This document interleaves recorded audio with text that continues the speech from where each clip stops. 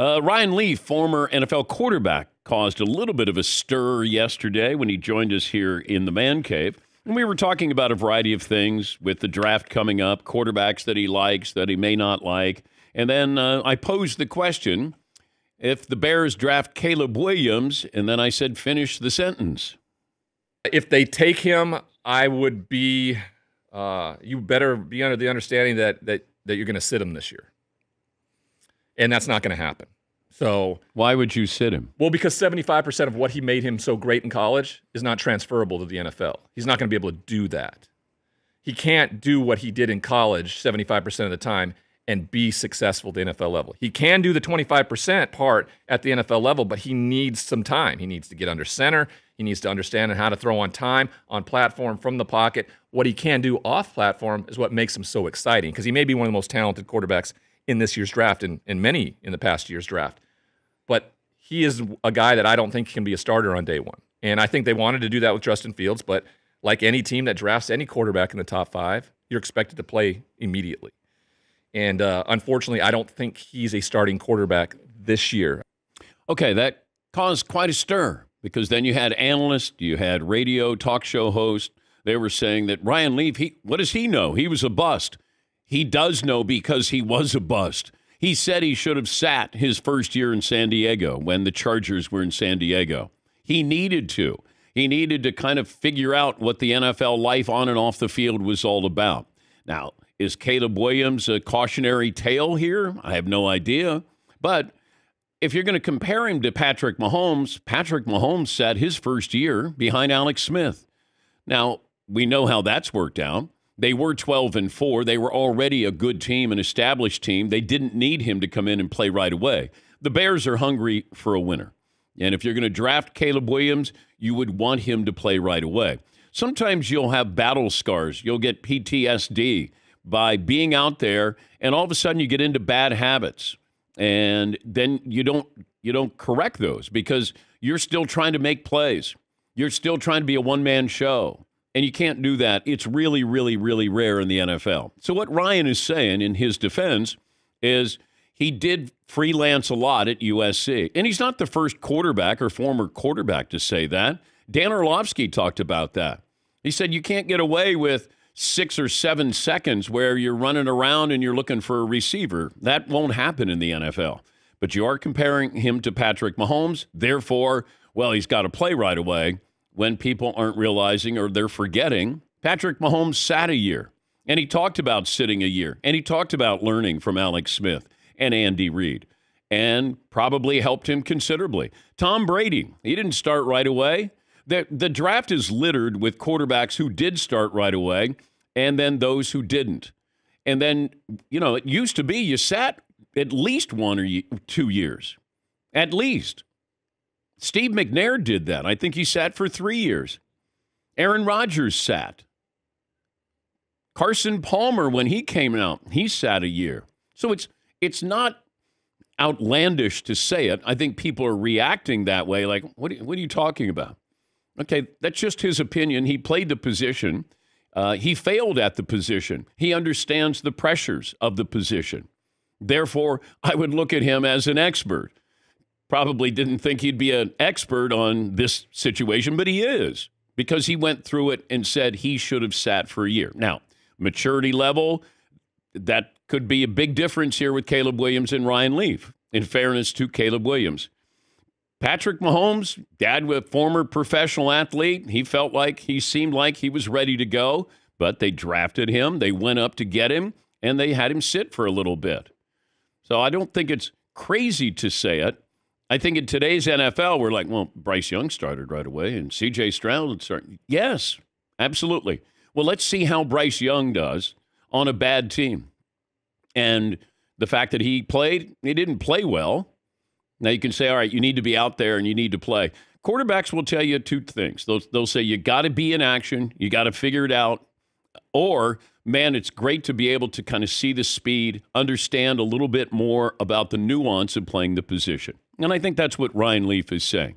Hey, I would have him sit. 25% of what he does is Patrick Mahomes. It's the 75% that you can't get away with. And you won't know that until you actually try to do it.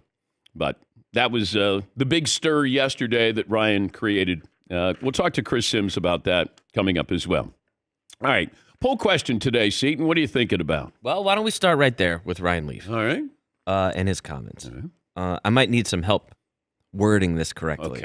Okay. But if I was to say Ryan Leaf's comments on Caleb Williams are ... based in experience or for clicks. Ooh. For clicks. There might be other ways to say that. They are smart and measured or crazy. I'm trying to give you two options here. Yeah, I don't know if he did it for clicks, unless he was trying to help. Because he's getting them, I'll tell you that. I don't know when somebody's trying to get. Well, I do know when people are trying to get clicks. I didn't think that in the moment. Like, man, Ryan's saying something really crazy for clicks. I would use the options of it's crazy or it's measured and smart. Smart.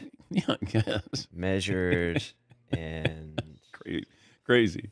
Or crazy. All right. Sure. Why not? Yeah, Paul. Didn't Eli Manning sit half his rookie year or almost all his rookie year?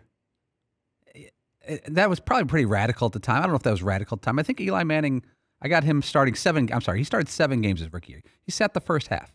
Well, also keep in mind that, okay, didn't want to play for the Chargers. You had the draft day trade, and then we're thinking, okay, this guy's ready to play, and then he doesn't play. And I think people were like, well, wait a minute. You made this big deal about not wanting to play there. Now you go to the Giants. You're not even ready to play right away. But Eli did sit for a little while. Yeah, Paul. Could you make the case? I wonder if you could do a study that first-round quarterbacks that sat at least half of the rookie year turned out better. Eli worked out. Phillip Rivers worked out. Jordan Love appears to be working out. Rodgers worked out. Carson Palmer worked out. Mahomes, unbelievably worked out. All sat a big chunk or all of their rookie year. That's a lot of names off the top of my head. Yeah. And then how about a guy like Zach Wilson, who started, I think, week 4 with the Jets? If you had a do-over, knowing what you know now, sit Zach Wilson for a year? Sam Darnold. Even a guy like Jameis Winston. He's a kind of a gunslinger. He had some good moments and bad moments. I don't think it would have mattered with him. Probably not. But maybe he would have learned more maturity and discipline at the position. Yeah. Because he had a season with 33 touchdowns. I don't know. It always sounds radical. 30 picks. No fans like hearing that stars are sitting. We want to watch. True. To the detriment of our franchise. True. If you're going number 1, chances are you're going to a bad team. Can you be the savior going to a team? And that's where I think we're misled. We're like, oh, we got our quarterback. Okay. I mean, Carolina might have their quarterback in Bryce Young. We're not going to know for maybe another year or 2 years if he is or he isn't. C.J. Stroud, we know he is with the Texans. But I think that's rare. And Bryce Young, you bring him in, you're going to be our starter day 1, no matter what. You're going to have him play. I said at the time I would have sat him. I would have sat him because the team isn't very good. I would have him just at least understand as much as possible, absorb as much, and then when you get put into action, maybe you get a little bit of a cheat sheet that will help you with the test. When you go out there, guys will say this all the time. Game is fast. Everything happens so quickly. Every athlete is a great athlete. You're not taking advantage of people. And if you don't have weapons out there, you're not going to succeed. Plain and simple. No matter how good you are. I've said this before. I could put Patrick Mahomes on Carolina. He's not Patrick Mahomes. Just not. But you get him with weapons and a great coach, and he will take you to the Super Bowl again and again and again, as we've seen that. Tom Brady said when we interviewed him years ago, and I said, what would have happened if you were a first-round pick? And he said, I'd probably be out of the league. I wasn't ready to play. So the greatest quarterback of all time. Joe Montana didn't start right away. I don't think Dan Marino started right away. No, he shared time, I think, rookie year with Don Strock or Woodley or someone like that. Yes, I think so. But, the quarterbacks will say, hey, you got to make mistakes. You got to learn from those mistakes. But there's quarterbacks who never recovered. And they played bad football and they never recovered. Yeah, Paul. I got a couple articles here when Jared Goff was taken out of Cal in 2016. And there's some questions that said he didn't play a lot under center. He needs some reps under center. Let's maybe not start him right away. And they went with Case Keenum, who is a stopgap type quarterback, maybe a high end. And Jared Goff didn't start until the second half of the season. Yeah. Right. The next year he threw 28 touchdowns, was 11-4. The year after that he was 13-3 and was in the Super Bowl. Yeah, Marv. Do you think it's pressure from ownership because, all right, this is our first pick. He's on the cover of our media guides. We have to play him now. And maybe the coach, who's obviously more inclined, who's more experienced with football, is like, no, let's give him a year. But ownership is like, no, we spent the number 1 pick or number 2 pick or whatever on him. Let's play him now. Well, I think that happened in Carolina. The owner wanted Bryce Young. Frank Reich, who was a career backup quarterback, as your head coach, okay, quarterback whisperer. And I don't know if Frank said, hey, I don't want him to start right away. Felt like the owner was saying, that's our guy, and he's starting from day one. I remember Sal Paolantonio, draft night. He said, hey, they're taking Bryce Young, and he's going to start day one. And I went, okay. It feels reckless there. It feels like malpractice. Yes, Heaton.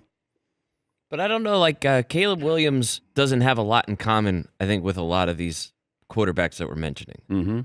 Because he is like, he's being mentioned more like an Andrew Luck type than, well, he's going to be the one that goes first. He's like, no. This is a sure thing, plug him in, and this is your franchise quarterback, and you cannot pass up the opportunity if you're the Bears. This is a once-in-a-generation pick to take.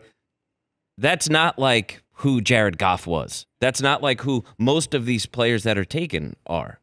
Well, but there have been a number of analysts, former quarterbacks, who have said they would take Jaden Daniels over Caleb Williams. So if he's a sure thing, you've got some analysts who don't agree. And you're finding more and more that it feels like Jaden Daniels is the sure thing. Caleb Williams will be good.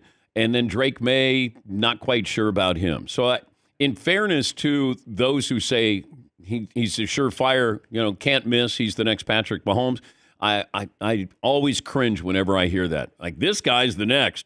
This guy's the next. And then the draft is littered with those guys. But how did Jaden Daniels just become the next as the draft is approaching? I have no idea. This happens every year. It does, yeah. You guys haven't played in 3 months. All of a sudden, you're like, yep, that's the guy. The one thing is for sure is that in 3 years from now, everyone is going to have called it exactly right. I told you. Yeah, it'll be an I told you. Yeah, I told you. Drake May was going to be the best quarterback. Like, Drake May's going to the Patriots. Would I start Drake May from day one? Absolutely not. I wouldn't. Sit behind Bailey Zappi and learn something. Learn something. Zappi. All right? Yeah. Learn something. Yeah. Drake.